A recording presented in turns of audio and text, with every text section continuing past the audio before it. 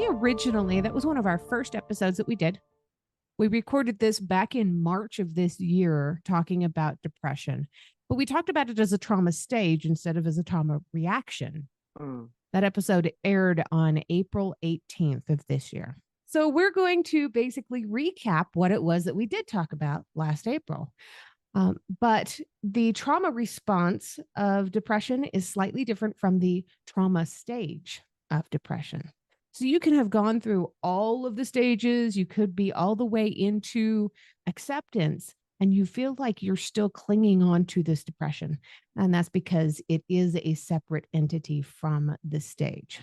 There's a huge connection between the two. There certainly is. There certainly is. And also a huge connection between PTSD and depression, which are two distinct things. But they are very closely interlinked when it comes to trauma. Right. And it's so funny that sometimes it feels like this is specifically trauma reaction depression. Depression feels like it just comes out of absolutely nowhere. It comes out of the blue. It can be triggered by other stuff. It can be caused by divorce or trauma, but it can be triggered by things that remind you of that trauma. And you feel like you're back into that same place where you're having problems coping with the painful experience that no longer exists except in your memories. Yeah, that's right. That's right. And also it's important to make a distinction between the medical condition that is sort of a clinical diagnosis through, it might be genetically developed, or it might be, oh, here I go, I've just got a mental blank. Oh, goodness me. That doesn't happen very often these days. It used to before when I was in a depressed state, but not very often these days. You know what that means? Let me recap. You just had a trigger. Yeah. Yeah. It made your mind go blank, even though the depression didn't stick around very long. You just had a trigger that wiped out your brain. And that is a really interesting thing that you bring up, because basically with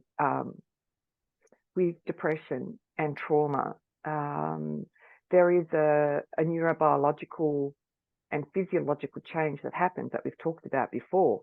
And that happens in relation to depression with trauma. And it's about how we deal with that. That's the most important thing. But let's just go over what are some examples of depression in relation to trauma. And maybe if we can delineate that and look at the difference between depression and PTSD. So I've actually got some really good examples already. Here in the US, as we are getting ready to record this episode, we're getting close to Veterans Day here in the US. This is going to air the day after my birthday. But in real life, as we are talking, we're approaching Veterans Day. And that's a day when we remember our war veterans. My husband is a Navy veteran. So veterans returning home from a war zone, they might have some pretty terrible memories and feelings of guilt or regret. They have been injured, or they've lost friends. They've seen people die. Disaster survivors, they may have lost a loved one in some kind of a disaster like a hurricane or a tornado or a tsunami or an earthquake. They may have lost a home, or they may have been injured. They may have lost a limb.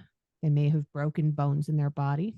And survivors like us of violence or abuse can feel like we don't trust people anymore. And every single one of these things can lead to both depression and PTSD. They are separate things, but they do overlap a lot, kind of like human trafficking and human smuggling. They're separate issues. They need to be addressed as separate issues, even though they coincide so often. So can you give me some examples of what depression looks like? Actually, I can do it. Okay. I've got a little list here if you'd like me to read it out. Absolutely. In terms of depression, what the symptoms include lack of energy, a lack of interest and pleasure in activities that she used to enjoy, significant weight loss or gain, excessive sleeping or insomnia, excessive guilt, inability to concentrate, feelings of worthlessness, and recurrent thoughts of death or suicide. So you've had some of those, I believe. I know I certainly have. Absolutely. And it's important to note that you don't have to have all of those to acknowledge Mm. that you have depression too. Yes. Not everybody who feels depressed has suicidal ideas. Yeah. Yeah. Absolutely. Yeah. I think it's important. That's a really good thing to raise. I remember when I was going through a really extreme depressive period that I had significant weight loss and the insomnia was just out of this world. I literally would sleep only maybe 2 to 3 hours a night. Oh, And that's so my awful. body was, yeah, it was awful, totally. My body was totally dysregulated and I became very gaunt and, people around me started asking questions about what was going on because I also lacked that energy. I just didn't want to do anything, probably because I wasn't sleeping. Um, so it's really hard. It's a really hard place to be, and coming out of that is the big challenge. And when it's related to trauma, it, the challenge is even intensified because you've got to deal with the trauma, you've got to deal with the depression, what goes first, the chicken or the egg kind of thing, and it's a hard place to be. Yeah. And when you're dealing with PTSD on top of the depression, when they coexist like that, I mean, what PTSD looks like is you can sometimes have really vivid flashbacks where you feel like the Mm. trauma is happening right now, that severe, that vivid. You can have really intrusive thoughts or really intrusive images flashing in your head. Specifically, if you have a near photographic memory like I do, you don't forget these things. Yeah, You can have yeah, nightmares, which nightmares is going to be the next episode that we're going to be discussing. Um, and intense distress at very real or rather symbolic reminders of your trauma. And you can have physical sensations like pain, sweating, nausea, trembling, all this stuff. When you couple all of that with depression, you feel like the world is caving in on you. It's not just the roof, it's everything. exactly. Yeah. And don't forget the hypervigilance. Oh, yeah. Yeah. That is a never ending thing in my world. And, I got to say, in some regard, it is a superpower. Mhm. Yeah, let's talk about that. I like that because what we're doing there is reframing a story. And for me personally, that was a thing that actually helped me get out of where I was in terms of my headspace, my whole body, and the story I was telling myself that kept me going down that, vortex of depression. So reframing. Let's talk about that. I like that.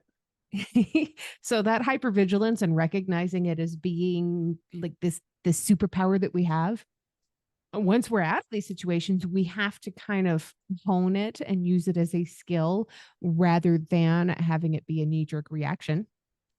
Um, but it can be both depending on what it is that you're going through. And your hypervigilance and your depression can be enough to get you out of those situations that you're in.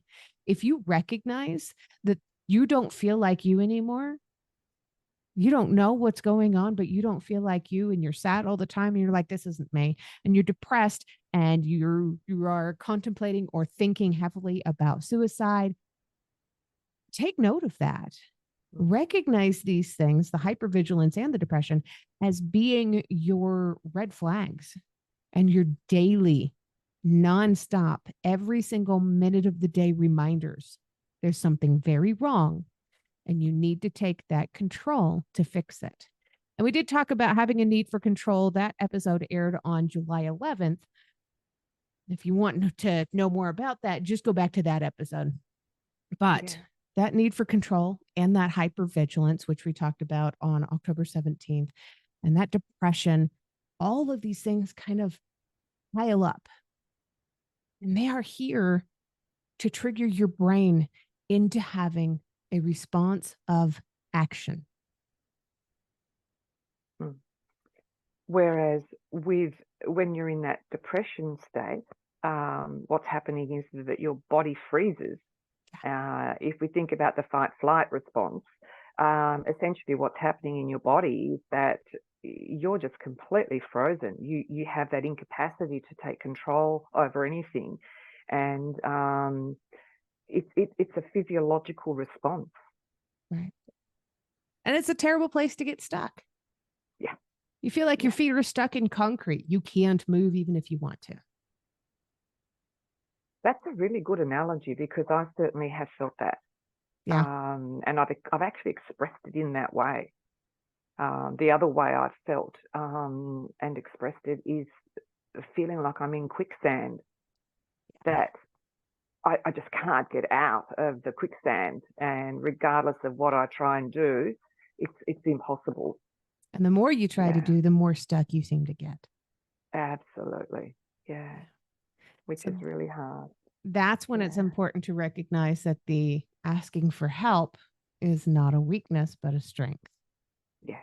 And we talked about that before we got on the show, but we did. I think I mentioned something about it's like lifting a 200-pound barbell. I wouldn't be able to do that right now. I would have to lift other things first to kind of gain that strength to build that muscle to be able to lift that 200-pound barbell. It's the same thing with asking for help. If you don't feel like you can ask somebody for mental or emotional help, start asking for help with little things first. Can you pass me that ink pen? Start with little things. Once you build up your trust of being able to ask somebody for help, then you can go to them with the bigger things.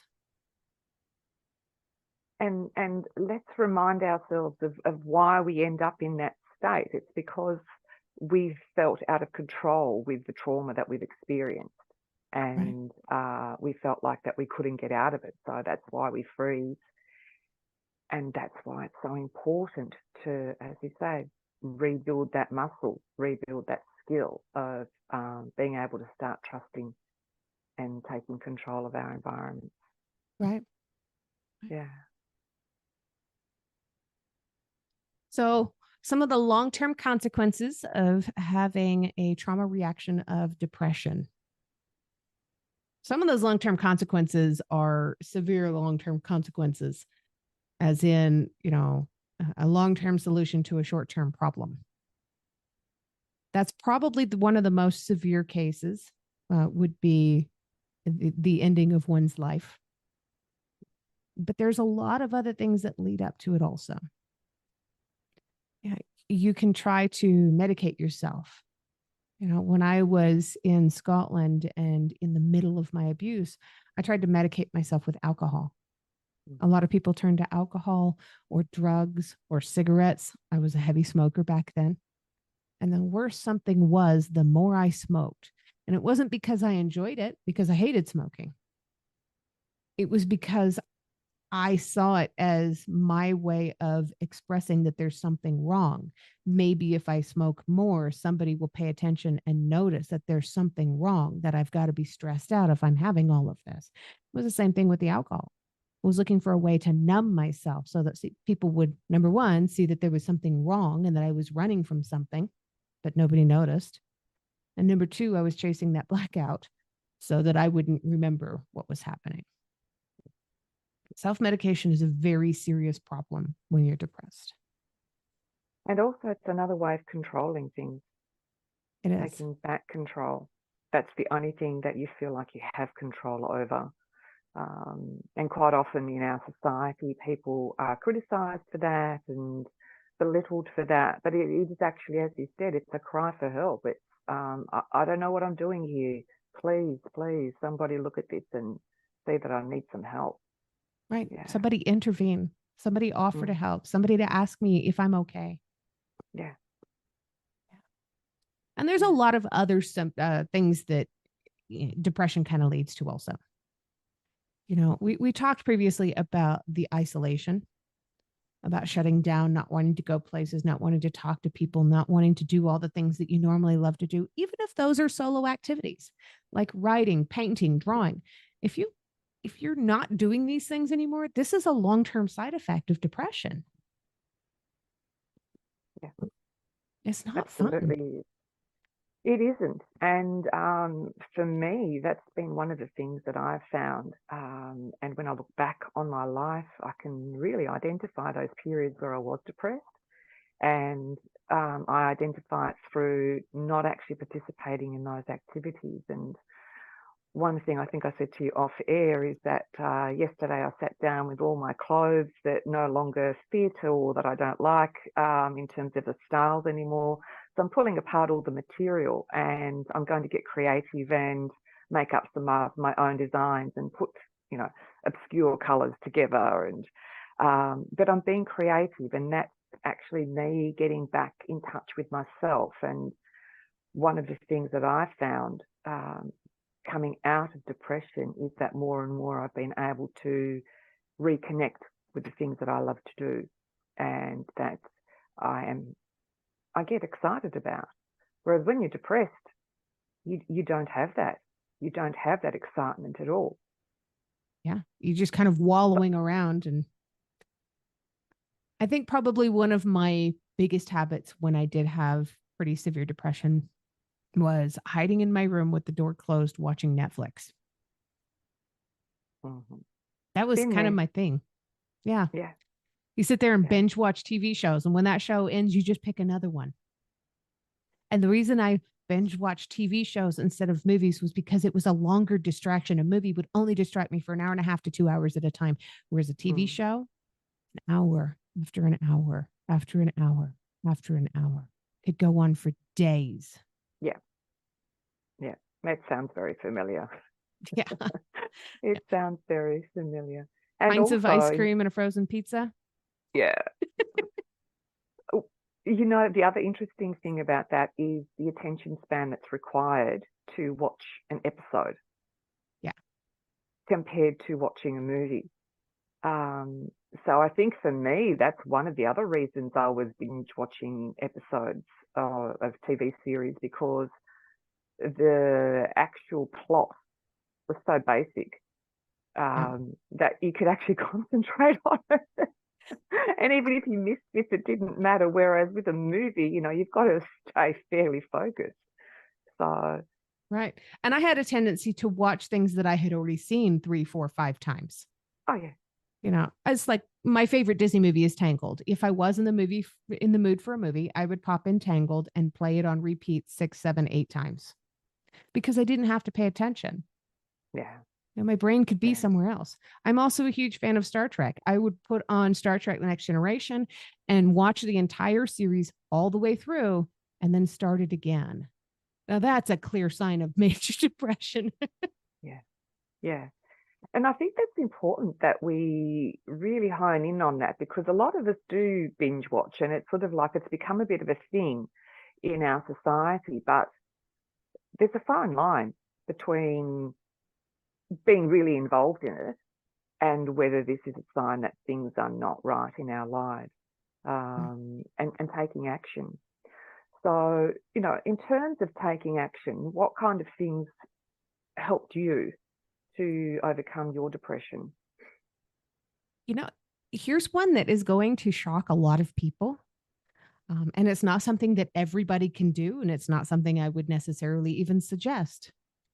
I became a flight attendant. I would have been perfectly happy being a hermit for the rest of my life. But here was this opportunity before me to be hired as a flight attendant and to go travel the world. At the time, I was terrified of traveling because of what I had been through on my last travel. I was terrified of going places I had never been to before. Absolutely terrified of leaving my home. I was so scared of the entire world. But I also recognized that I had this I didn't care if I lived or died attitude anymore. And because of that, I became a flight attendant.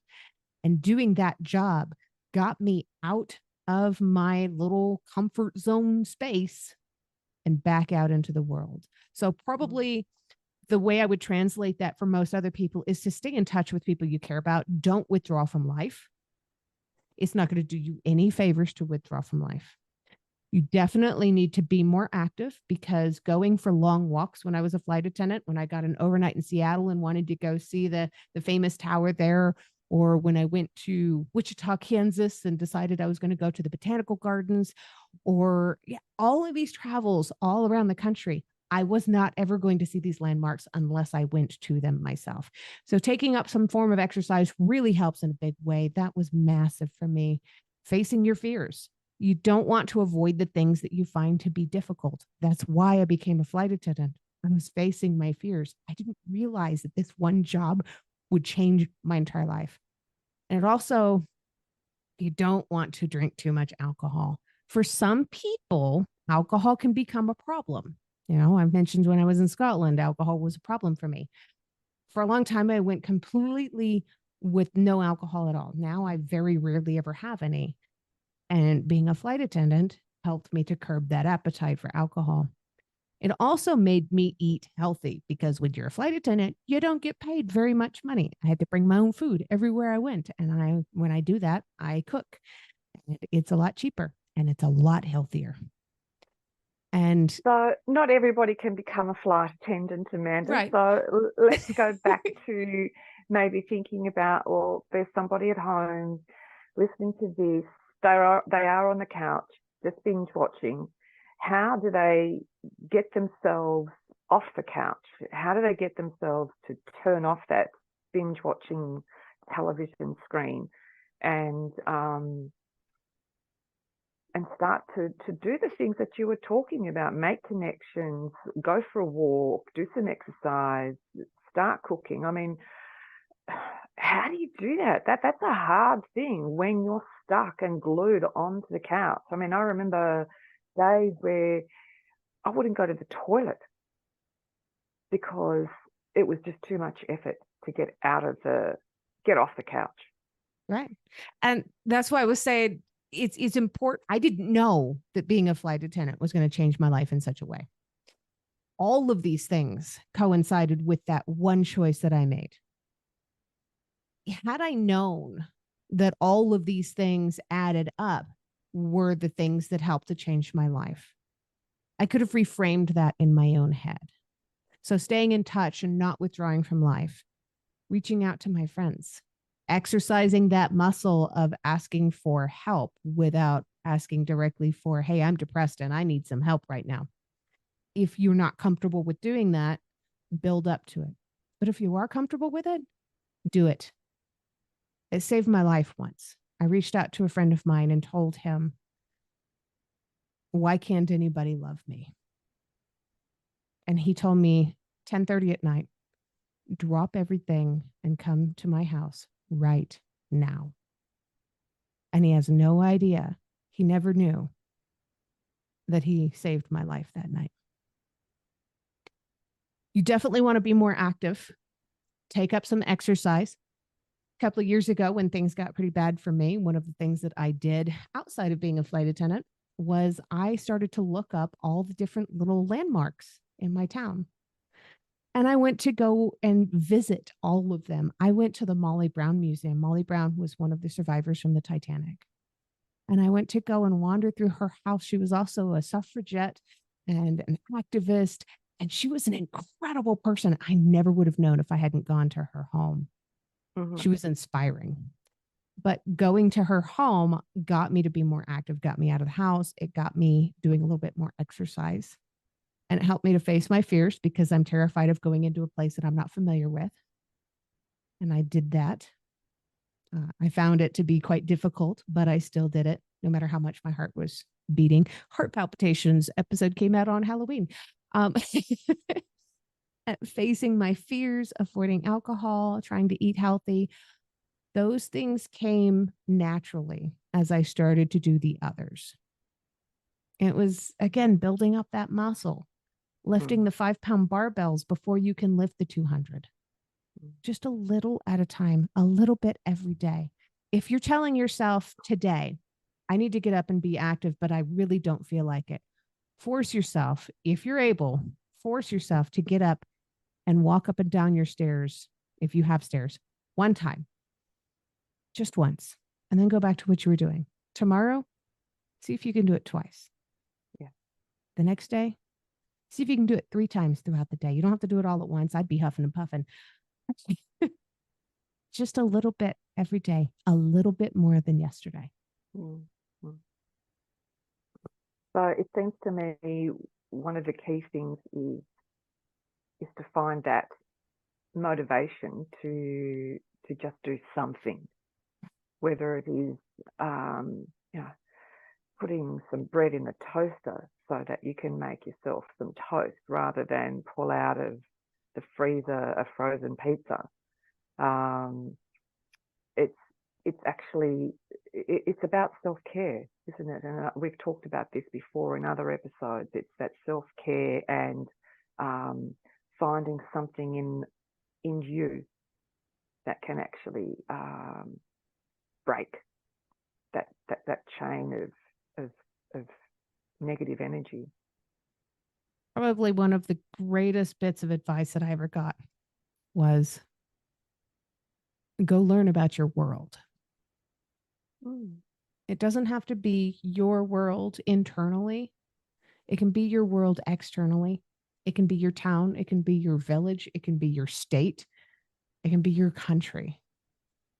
There's so much out there that you don't know that you don't know. Yeah. Go and That's explore true. it.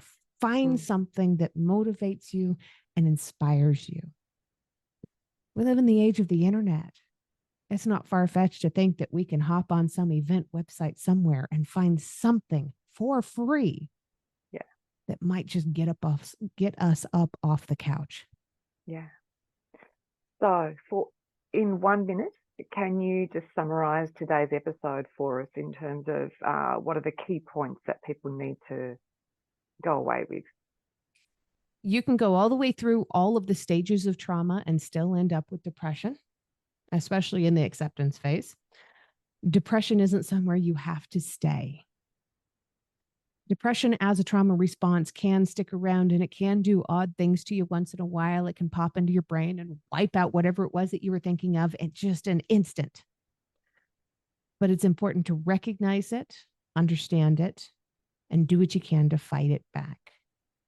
By fighting it back, you are taking more control over your life and you more of control of your situation instead of allowing the prior situations that you lived through to continue to control you. You've got this, but if you do need to ask for help, it's okay to do that too. Yeah, absolutely. And maybe going and seeing a doctor might be a good place to start if you're too frightened to go and reach out to anybody else. It's a big step. It's a big step. I've never met a therapist that didn't have a therapist. Yeah.